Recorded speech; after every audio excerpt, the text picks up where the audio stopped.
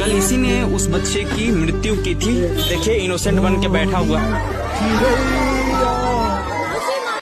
இந்த 3 வயசு குழந்தைக்கு என்னடா தெரியும்? உடைய பத்தி என்ன தெரியும்? நேரத்தை பத்தி என்ன தெரியும்? ஏதாவது ஒரு இடத்துல ரேப்பு ஒரு பொண்ணுக்கு நடந்துருச்சுன்னு சொன்னா உடனே இவங்க வந்து நிறைய அந்த எச்சைகள் தான் சொல்லுவீங்களா. இந்த எச்சைகள்லாம் உடனே என்ன செய்வாங்கன்னா, அந்த பொண்ணோட போன நேரம் என்ன தெரியுமா? காதலன் கூட அந்த டைம்ல ஏன் பேசுறான்னு தெரியுமா? அதுக்கப்புறம் அந்த பொண்ணு அந்த டைம் வந்து போகணும்னு தெரியுமா? அந்த பொண்ணோட உடை என்னன்னு தெரியுமா? அப்படிலாம் கேக்குறீங்களே.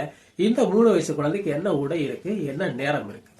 இது எங்கேயோ மகாராஷ்டிராவில் நடக்கல, இந்தியா ஃபுல்லாவே நடந்துட்டு இருக்கு. ஒரு நிமிஷத்துக்கு இங்க வந்து ஒரு குழந்தை அபியூஸ் ஆயிட்டு இருக்கு. குழந்தை மட்டும் இல்ல, ஒரு பெண்ணும் அபியூஸ் ஆயிட்டு இருக்கிறாங்க.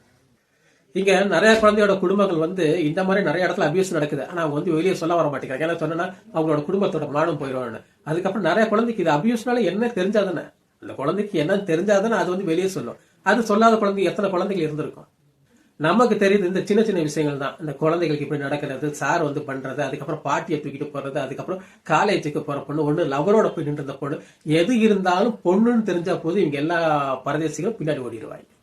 இந்தியாவில தான் பெண் கடவுள் அதிகமா இருக்கிறாங்க. அதே இந்தியாவை தான் நம்ம பாரத் மாதான்னு சொல்றோம். அதே இந்தியாவில தான் இந்த மாதிரியான பெண்களை, சின்ன குழந்தைகளை எல்லாருமே வந்து ரொம்ப கீழ்த்தரமா அபியூஸ் பண்றதாகட்டும், எல்லாமே மட்டமா பேசுறதாகட்டும், எல்லாமே கேவலம் பண்றது இந்த பெண்களை தான். ஒரு ஆம்பளைய திட்டதா இருந்தாலும் அவங்க அம்மாவை தான் திட்டுவான், அவன் தங்கச்சியை சொல்லுவான், அவன் அக்காவை சொல்லுவான், அவன் சித்தி, எல்லாமே பெண்களை வச்சுதான் பேசுவான்.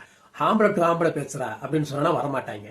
உடனே வந்து தேலை சொல்லி அவனை வந்து அவனோட குடும்பத்தை கேவலமா பேசு. ஏன்னா அதை கேவலமா நினைக்க வைக்கிறதுக்கு இங்க இருக்கிறாங்க, இந்த சொசைட்டில இருக்கிற இந்த ஆம்பளைகள் சொல்லி சுத்துறாங்கல்ல, இந்த ஆம்பளைகளோட வேலைகளை என்னன்னா பெண்களை கேவலமா நினைக்கிறது, கேவலமா சித்தரிக்கிறது, கேவலமா பார்க்கறது. ஆனா அதை விட்டுட்டு வெளி உலகத்துல வந்து இவங்க வந்து ஆடை குறைப்ப வந்து விமர்சனம் பண்ணுவாங்க. ஆனா உள்ளுக்குள்ள சந்தோஷப்பட்டுப்பாங்க.